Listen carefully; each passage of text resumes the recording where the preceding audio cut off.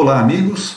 Vamos falar hoje sobre instrumentais cirúrgicos. Vejam bem, é importante o conhecimento do enfermeiro sobre os instrumentais cirúrgicos. Afinal de contas, eles estão amplamente presentes dentro do centro cirúrgico, dentro das centrais de materiais e, na verdade, dentro do hospital como um todo. Em diferentes setores, tem-se presente aí alguns materiais, como, por exemplo, um materialzinho para retirada de ponto ou um instrumental para sutura.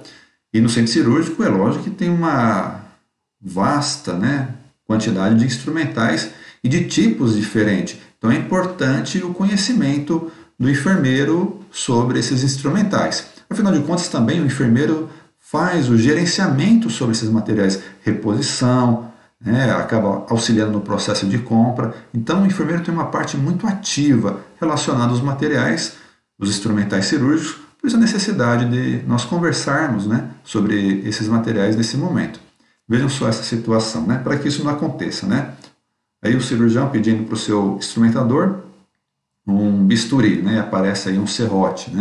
Lógico que essa é uma charge, uma brincadeira também. A ideia é apenas de dar uma dimensão grande para uma falta de um conhecimento apropriado sobre o material. Um bisturi é uma coisa muito mais delicada, muito mais pequena, e aí aparece um serrote no meio dessa história.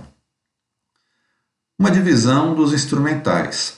Os instrumentais, eles podem ser divididos como especiais ou comuns. Vou falar primeiro dos comuns. Esses materiais comuns são aqueles instrumentais básicos que são utilizados em qualquer tipo de intervenção cirúrgica, nos tempos fundamentais.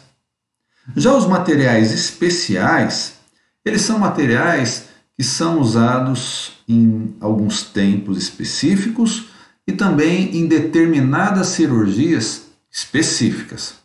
É lógico que dentro dessa vasta quantidade e modelos diferentes de instrumentais cirúrgicos, nós não temos o conhecimento, é difícil, uma pessoa que detenha o conhecimento de todos esses materiais. No entanto, esses materiais comuns são necessários que nós saibamos. Eles estão presentes aí em praticamente todos os tipos de intervenções cirúrgicas. Agora, os materiais especiais, com o passar do tempo e dependendo das áreas que você estiver atuando, da especialidade que ali realiza seus procedimentos cirúrgicos, você vai ter um conhecimento melhor sobre alguns materiais especiais em relação a outros. E aí, olha só, aqui no finalzinho, nos materiais comuns, nós falamos que são utilizados em diferentes tempos cirúrgicos, como na diérese, na hemostasia e na síntese. O que são esses tempos cirúrgicos? É interessante também que nós conversemos e o enfermeiro tenha conhecimento sobre esses tempos. Então, pode ser dividido um procedimento cirúrgico em 4 tempos específicos. O primeiro tempo é a diérese, é o momento do rompimento dos tecidos por meio dos instrumentais cortantes. É aquele momento onde é feito o corte na pele do paciente, através do bisturi frio ou bisturi elétrico, tesouras, aquele momento que o cirurgião inicia ali o procedimento, o corte, a incisão. E naturalmente que ao ele fazer essa incisão, ocorra sangramento. Então, após ser feita essa incisão, entra-se o segundo tempo, que é a hemostasia. É o processo pelo qual se detém o sangramento ocasionado pela diérese. E nesse momento vão ser utilizadas, então, pinças hemostáticas, ou mesmo bisturi elétrico, ou mesmo vão ser feitos pontos nesses vasos sangrantes, para que ocorra, então, a hemostasia. No terceiro tempo, nós podemos falar, então, recebe o nome de exerese, que é a cirurgia propriamente dita, o tempo cirúrgico principal voltado para o objetivo do procedimento. E o último tempo, o quarto tempo, momento final, é a síntese, onde ocorre a união dos tecidos. Nesse momento vão ser utilizados materiais específicos também, agulhas, porta-agulhas e fios. Então, vejam só, dentro desses tempos cirúrgicos, nós poderíamos fazer uma classificação didática desses materiais. Poderíamos classificar, então, os materiais que comumente são utilizados na diérese. materiais que são utilizados na hemostasia, materiais que são utilizados na exerese, materiais utilizados na síntese. Vejam só, nesses tempos de diérese, hemostasia e síntese, nós temos, podemos dizer aí, na grande maioria dos procedimentos cirúrgicos. No entanto, a exerese, como é a cirurgia propriamente dita, esses materiais vão variar porque vai depender do tipo de cirurgia. Materiais para uma crânio cirurgia vai ser alguns materiais específicos, diferente de uma cirurgia abdominal, então, uma cirurgia ortopédica.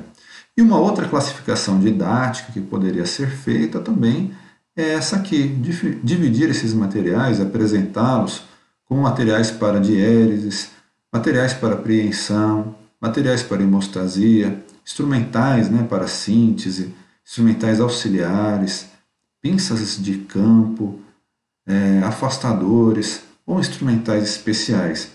Enfim, tanto se nós classificarmos aqui como por tempo, são apenas formas didáticas de apresentar esses materiais. E aí eu vou fazendo uma sequência aqui a partir de agora desses materiais para que vocês conheçam, e se tornem aí um primeiro contato para a familiaridade com eles. Então, os materiais utilizados para a antisepsia.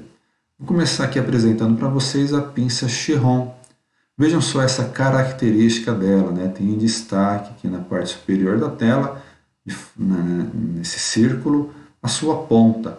Essa é a característica, uma pinça de tamanho aí de 24 centímetros aproximadamente, e ela tem a função de fazer a apreensão da gaze, que será umedecida na solução antisséptica e passada então sobre a pele do paciente com o objetivo de fazer a antisepsia. Um outro tipo de pinça também utilizado para esse momento, para o momento de antisepsia, o momento que antecede a diérese, antecede a cirurgia como um todo, é essa pinça Foerster. Veja só a diferença que ela tem, então, em relação à pinça Chiron. Uma característica diferente, mas também é utilizada para a antisepsia. E é lógico que a solução antisséptica está dentro, então, de uma cuba, uma cúpula, onde, então, através dessas pinças, podendo ser tanto uma quanto a outra, e tem outras pinças também que podem ser utilizadas, mas essas são talvez as mais comuns. E aí essa gaze, então, é umedecida na solução antisséptica que está dentro dessa cúpula ou dessa cuba para ser feito, então, esse processo de antisepsia. E aí, após feita a antisepsia, momento sequencial, momento que geralmente aí o cirurgião vai e coloca os campos, põe os campos sobre o paciente, expondo apenas a área de sítio cirúrgico, apenas a área que será feita a diérese, que será feito o corte. E como forma de fixação desses campos, utiliza-se essa pinça, chamada pinça Bacchus. Observem a sua ponta, uma ponta diferente também, e ela justamente faz essa apreensão, ela prende esses campos, como nessa imagem aqui. Vocês podem ver, então, ela prende os campos e ela une eles, de forma que não escorreguem, não saiam na sua posição almejada, na sua posição inicial, durante o ato cirúrgico. Então, elas têm essa função, por isso são chamadas aí de pinças de campo, Bacchus. E aí, o momento da diérese, onde já foi feita a antisepsia, já foram colocados os campos com as suas pinças, e aí vem a diérese. O cirurgião vai fazer a diérese através do bisturi elétrico, geralmente o primeiro corte, inicialmente aí com o bisturi, então, um cabo de bisturi. Olha só, bisturi frio. Esse bisturi, existem dois tipos de cabos de bisturi, como vocês estão vendo aí. Existe esse cabo, talvez um pouco maior, vamos dizer assim, não que esteja maior nessa figura, mas vocês observem essa ponta que muda em relação um e ao outro. Observem que essas pontas aqui são diferentes. Por isso esse cabo de bisturi mais inferior é chamado de cabo de bisturi número 3. E esse cabo de bisturi é chamado de cabo de bisturi número 4. Então, esses cabos, utiliza-se neles essas lâminas que estão então do lado esquerdo da tela. Vejam só, são lâminas de bisturi e observe que cada lâmina tem uma numeração. E, além da numeração diferente, elas têm uma característica diferente. Então, a gente pode ver ali a lâmina número 10, número 11, número 12, número 13, número 14, número 15, e embaixo 18, 20, 21, 22, 23 e 24. De forma geral, essas lâminas que iniciam-se com 1 são utilizados no cabo de bisturi número 3, lâmina 10, a lâmina 11, a lâmina 12. Se tentar colocar uma lâmina de bisturi número 11 num cabo de bisturi 4, ela não entra. Então, o cabo de bisturi número 4 ele é utilizado para essas lâminas que começam com 2, lâmina 20, 21, a lâmina 22. Ok? Então, é importante ter conhecimento dessas características.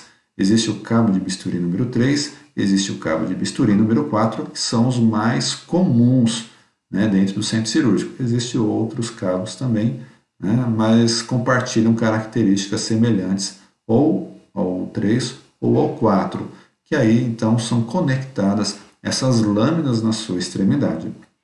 No entanto, também existem as lâminas descartáveis, que aí já vem pronta. Então vejam só, aqui na figura do lado esquerdo, uma lâmina também, né, uma apresentação de um cabo descartável com uma lâmina número 24. E aqui do lado direito, também uma apresentação diferente, uma outra marca, com um cabo também descartável. Então também existem, né, essas apresentações, mas como instrumental, esses são os que estão presentes, que estão sempre presentes dentro das caixas cirúrgicas. E aí, para ser feita a diérese, além dos cabos, né, e do bisturi frio, como o bisturi elétrico também, usam-se as tesouras. As tesouras, elas têm características diferentes. Vejam só, elas podem ser curvas, podem ser retas, podem ser fortes, podem ser delicadas, têm diferentes tamanhos, lâmina simples ou serrilhada. A ponta dela pode ser uma ponta romba ou ponte aguda, ou uma combinação de romba e ponte aguda, como a gente vai ver aqui, por exemplo, nessa imagem. Veja só, uma tesoura no canto esquerdo, né, a extremidade dessa tesoura no canto esquerdo da tela, com duas pontas rombas, né? E aí uma ponta delicada no meio, né, uma ponta fina, tanto de uma no outro. E na imagem da direita, veja só, uma tesoura que compartilha uma ponta romba e uma ponta fina. Então, elas têm essas diferenças, né, essas diferentes características, podendo ser pontas rombas ou ponte agudas, ou uma combinação de ponta romba com uma ponta ponte aguda, como nós temos nessa imagem aqui à direita. E aí, alguns tipos diferentes de tesoura, tá? E alguns nomes que, naturalmente, para o primeiro contato não são nomes simples, né, de se memorizar, mas por serem materiais comuns, né, de seu uso, né, então ao passar do tempo facilmente a gente vai fixando esses nomes. Então essa tesoura chama Metzenbaum. É uma tesoura um pouco mais delicada, né, utilizada em tecidos também mais delicados. Ela é utilizada nas cavidades, ela é menos traumática, ela tem uma porção cortante mais curta do que a não cortante. Então, na sua extremidade, ela tem duas porções, tem uma porção cortante e uma porção não cortante.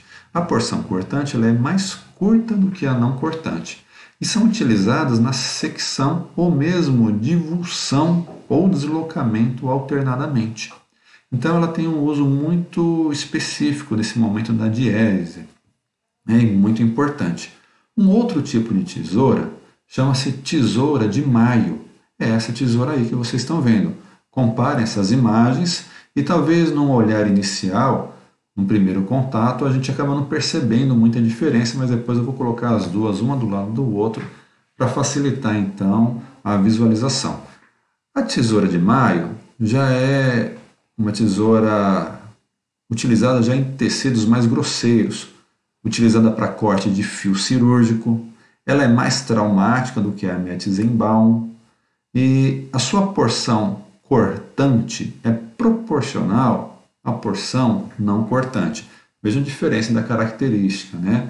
Com a Metzenbaum, que a porção cortante é mais curta e essa ela é proporcional à porção não cortante.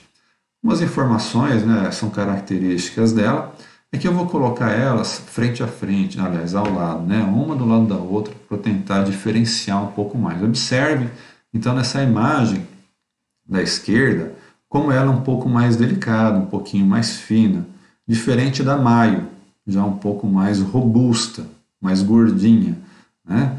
Então, essas são as diferenças dessa tesoura.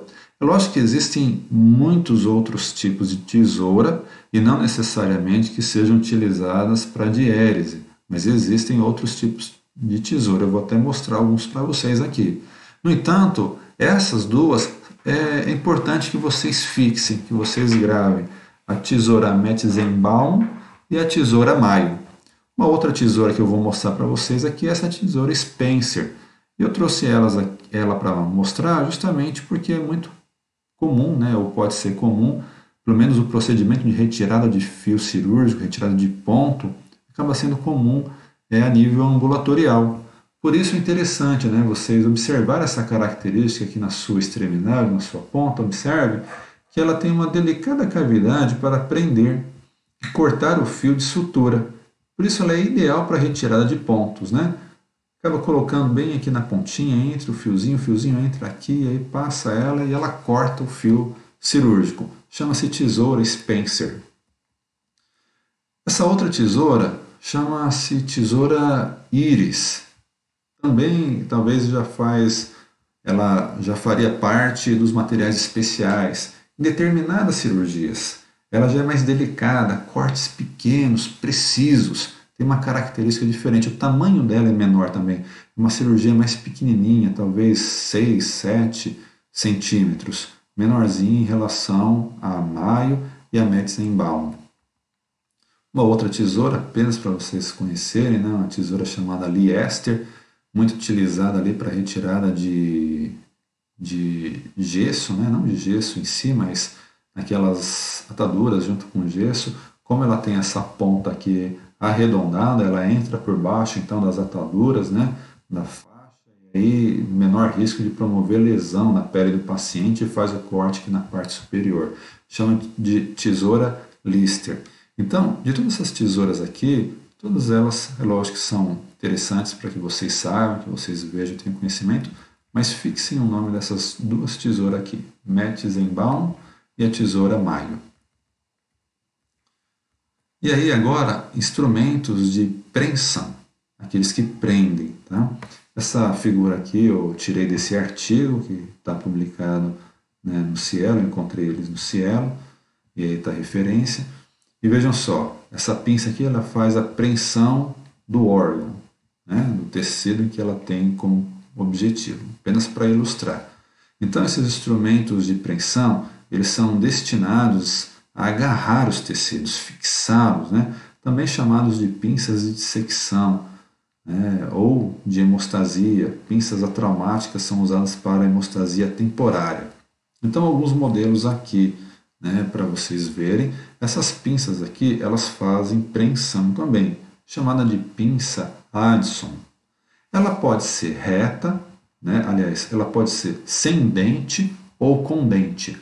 Essa característica, não sei se vocês vão perceber claramente, mas está bem aqui nesse círculo, na sua extremidade, onde bem aqui na pontinha tem um dentinho, que é chamado dente de rato, né? Por parecerem um dentinho nela, né? E essa é sem dente. Então tem a pinça Addison com dente e a pinça Addison sem dente, né? Com dente de rato e sem dente de rato.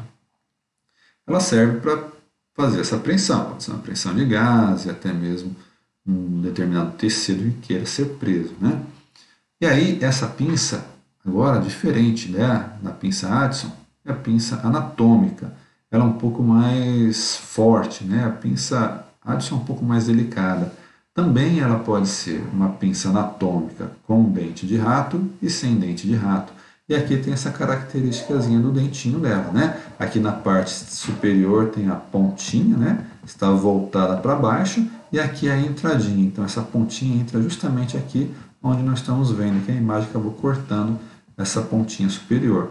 Mas é uma pinça anatômica, né? E aqui uma pinça anatômica normal, como vocês já visualizaram, já viram em algum momento na vida de vocês, né? Uma pinça sem dente. E interessante ver essas diferentes características. Olha só como é essa Addison. Observe o formato dela, né? Acompanhe ali, né? Esse formato, né? Saindo da sua extremidade para essa aqui. Vejam que ela tem uma diminuição então desse seu calibre mais lento, né? Ela vai diminuindo e vai mantendo mais a sua forma. Já essa aqui, olha só, a diminuição já é mais brusca, né? Ela afunila, faz um funil aqui bem, né, de forma mais intensa, né? Então, essas são características que diferenciam a pinça Addison com a pinça anatômica. E aí, alguns materiais para fazer a hemostasia definitiva, né? Então, pinças hemostáticas, né, que acabam fazendo, né, o papel, a função de fazer hemostasia nesses pequenos vasos sangrantes. Uma pinça de tecidos orgânicos, né, que pode fazer o pinçamento de tecidos orgânicos, né, como a poneurose, o peritônio, etc.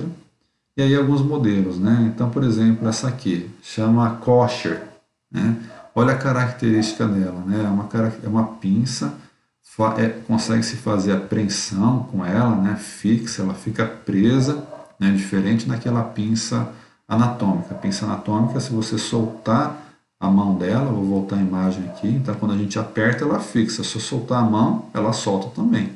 Então essa pinça aqui já não, como ela tem essa estrutura aqui embaixo, ela se mantém fixa, certo? Então ela tem essa característica, né, para prender, né, faz uma preensão, fixa aí nos tecidos, né, acaba auxiliando muito no ato cirúrgico. Essa outra pinça chama Kelly, também é uma pinça muito comum, né? Ela tem as pontas já menores, ela tem essas estrias parciais. Observem aqui nessa imagem do canto direito, onde aparece redondinho, né? Ela tem essas estrias elas não fazem parte de toda a sua extremidade, de toda a sua ponta. Observem que essas estrias aparecem só até a metade, né, da sua estrutura. Ela não aparece em toda a sua estrutura. Isso caracteriza a pinça Kelly, né? Utilizada então para prender preensão de vasos, até mesmo fios grossos, ou pinçamento pela ponta de tecidos menos grosseiros. Uma outra pinça chamada Crayle, né, que ela já tem estrias cobrindo totalmente a zona destinada à preensão. Veja a diferença, as estrias dela percorrem toda a sua extremidade. Olha só a diferença então com a Kelly. A Kelly não tem essas estrias em toda a sua extremidade. A Crayle tem. Então também ela tem uma área de preensão maior, né? Também utilizada, né, como estamos falando, para preensão. Uma outra pinça aqui, pinça Rochester. Ela já é mais robusta que a Crayle, tem as suas pontas mais largas, tem essa curva, tem essa reta, né? Essas pinças aí, tanto a Kelly, a própria Crayle, a Kelly, as outras que nós vamos falar, elas têm sempre o modelo curvo e o modelo reto. Então, uma Kelly reta, uma Kelly curva, uma Crayle reta, uma Crayle curva, uma Rochester reta, uma Rochester curva. Então, tem as suas pontas mais largas, né, utilizada muito para pinçamento de pedículos, tubos, ossos intestinais, ressecadas e outras coisas mais aí que elas acabam sendo utilizadas no ato cirúrgico. E aí uma outra pincinha chamada pinça mosquito. Ela é uma pinça mais delicadinha, do que a Kelly, parecida com a Kelly, mas bem mais delicadinha, né? Utilizados para tecidos mais delicados também, estruturas menores. E olha só, comparando aqui a Kelly com a Mosquito, veja a diferença delas, né? Então, a pinça Mosquito é uma pinça mais delicadinha, né? Ela tem esse nome, Halstead. Conheço ela por Mosquito, né? Eu só escrevo esse nome, mas na verdade eu não sei nem como que pronuncia ele.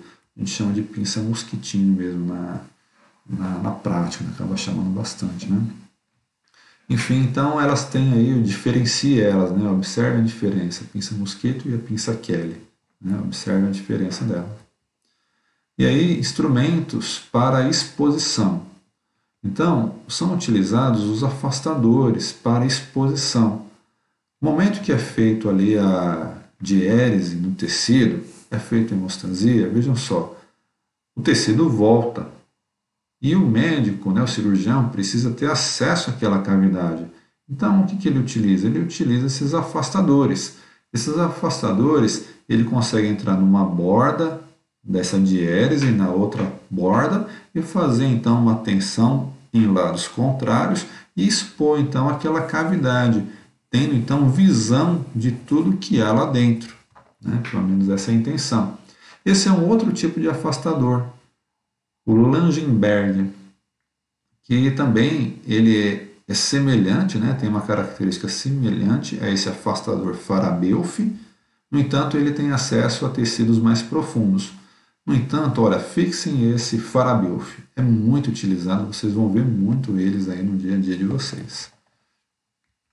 Um outro tipo de afastador chamado de Doyen, ou Doyen, né? Conheço ele como Doyen, usado em cavidades abdominais. Então você vê que o tamanho dele já é maior, né? Mais robusto ele, né? Mais firme para segurar, mas também tem esse objetivo, colocar dentro da cavidade onde foi feita a diérese e expor ela, tracionar, né? No sentido de expor aquela cavidade e dar o acesso, então, àquilo que se quer visualizar ou àquilo que se quer realizar no momento. Esse é um outro tipo de afastador, chamado de Volkmann. Possui garras curvas, né? Observe, né? Parece um garfo torcido, né? Proporciona uma maior aderência, né? Utilizado comumente em planos musculares. E aí, alguns tipos de espátulas, né? Que têm uso diverso no ato cirúrgico, né? Tem várias larguras, são utilizadas, né, em cavidade pleural ou abdominal. Vejam só, uma espátula chamada maleável, espátula de Reverdin, de Haver. Então são diferentes tipos de espátula também que têm uso variáveis e também são materiais presentes aí em diferentes tipos de cirurgia. Agora, afastadores autoestáticos, né? Ou seja, que eles conseguem ficar parados, né? Através de dispositivos. Observe que esses afastadores aqui, como o Farabeuf, né? O próprio Langenberg, o Doyen, você precisa tracionar, então você precisa segurar eles, fazer a força e manter então ele tracionado, né? Geralmente aí o cirurgião acaba utilizando, né, a mão, né, o auxílio do auxiliar de cirurgia para que faça essa tração, dependendo daquilo que se quer, né? Se tem condições, nem sempre o cirurgião consegue fazer tudo isso sozinho, segurar, manter tracionado e realizar aquilo que é o seu objetivo, então acaba precisando de uma mão auxiliar. Esses afastadores agora são autoestáticos, ou seja, consegue-se manter eles fixo. Esse aqui é o Gusset. Ah, tem um E aqui no final, tá? Na digitação digitei errado, acabou saindo o T, mas é um E. O afastador de Gusset. Olha só esse afastador. Ele é utilizado na parede abdominal, então é feito, né? Vamos supor que aqui foi feito a diérese, e aí coloca então ele dentro e abre ele de tal forma que ele se mantém fixo, né? Ele acaba ficando fixo aqui, ele não retorna, né? A não ser que seja o objetivo retornar e você providenciar o retorno dele, senão ele não retorna. Então ele mantém estática aquela abertura ali, né? A diérese fica aberta, né? A incisão, o sítio cirúrgico fica exposto, né? Fica aberto. expondo então a sua cavidade, né? É um tipo de afastador.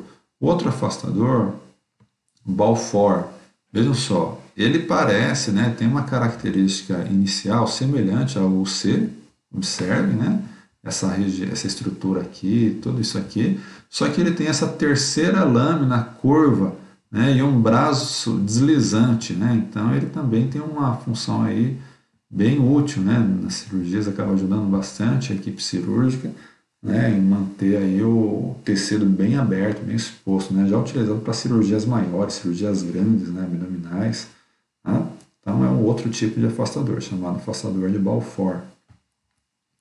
Esse afastador aqui de Finocheto, se eu não me engano, essa é a pronúncia dele, assim que se pronuncia, ele é utilizado na cirurgia de tórax, também um afastador autoestático, utilizado aí para abertura dos espaços intercostais ou médio external, né? E ele realmente vai colocando e vai rodando essa chavinha aqui, ele vai abrindo e ele se mantém fixo, né? Mantém aquela estrutura aberta constantemente. Então, um afastador chamado de Finocheto. E aí alguns instrumentais para a síntese, né? Que é o quarto tempo, né? Que é o fechamento do tecido, a aproximação então agora dos tecidos que foram abertos pela diérese. Então vejam só, tem o porta-agulha, né? O porta-agulha ele tem uma estrutura bem aqui no meio dela, né? Chamada de cremalheira, cremalheira, né? Essa estrutura aqui que fixa, né? Ele consegue fixar bem ali a agulha, né? Do fio cirúrgico para fazer os pontos. Então, o porta-agulha, veja essa imagem aqui, né, tirada desse site. Então, aqui a agulha, né, o fio cirúrgico e ele ali fixando, né, através do porta-agulha, então, é que se utiliza. Então, se faz os pontos, né? Então, utiliza-se ele nesse último momento de síntese na cirurgia, né? Aqui uma imagem apenas para vocês visualizarem, né, o uso de afastador, né? Provavelmente não dá para ver bem aqui qual é essa cirurgia, né? Parece ser uma cirurgia de tórax, parece estar sendo utilizado esse afastador aqui de Finocheto, mas não consigo observar bem direito, mas pelo link aqui de cardiologia, cirurgia de aorta aberta, se for torácica, agora se for abdominal pode ser o afastador UC, enfim, só para vocês terem uma ideia, né? Um afastador autoestático que mantém a cavidade aberta durante todo o tempo, né? E aí algumas pinças, olha só, uma pinça que talvez aqui uma Kelly, fazendo hemostasia, né? Utilizando aqui outros instrumentais, enfim, né? Essa imagem foi tirada desse site aí que está com o link abaixo. Então, olha só, isso é uma mesa cirúrgica, né? A mesa cirúrgica para uma cirurgia, ela está montada aí dessa forma, né? Todos os materiais. Olha só, aqui uma pinça para antisepsia, juntamente com a sua cúpula, a gaze. Aqui é uma Chiron. E aí tem outras pinças aqui, olha, para prender o campo, Barcaus. Alguns afastadores aqui, Farabelf, com tamanhos diferentes, né? Aqui tem um fio cirúrgico, porta-agulha. Olha só, pinça anatômica com dente, pinça provavelmente sem dente. A imagem também é distorcida, mas deve ser pinça com dente, pinça sem dente, porta-agulha e fio. E aqui para diérese, olha só, já estão separados didaticamente dessa forma, né? O cabo de bisturi, provavelmente aqui um cabo número 4, com uma lâmina mais robusta, começando com 2, provavelmente uma lâmina 22.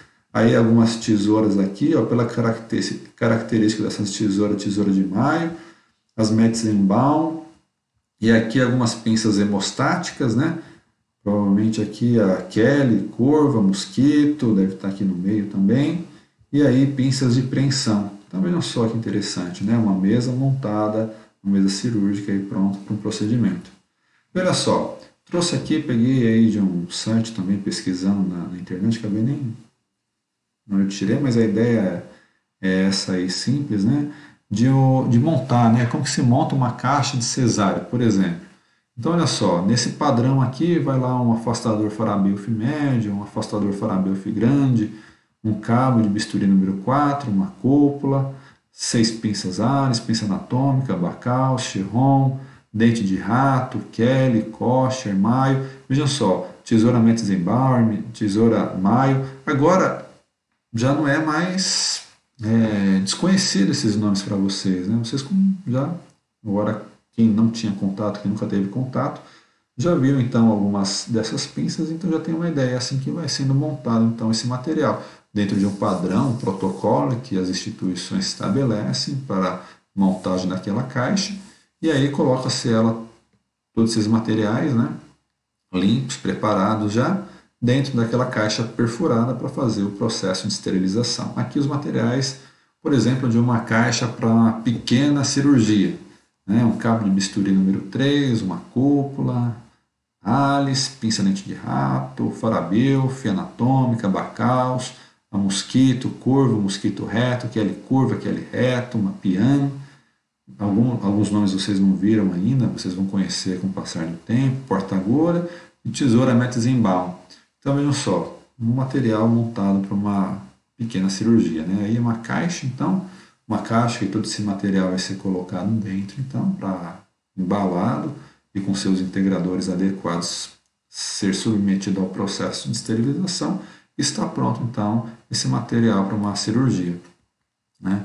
E aí, uma frase para a gente encerrar, que humilde é aquela pessoa que sabe que não sabe tudo, que sabe que outra pessoa sabe o que ela não sabe e que ela e outra pessoa saberão muitas coisas juntas, que ela e outra pessoa nunca saberão o que pode ser sabido, né?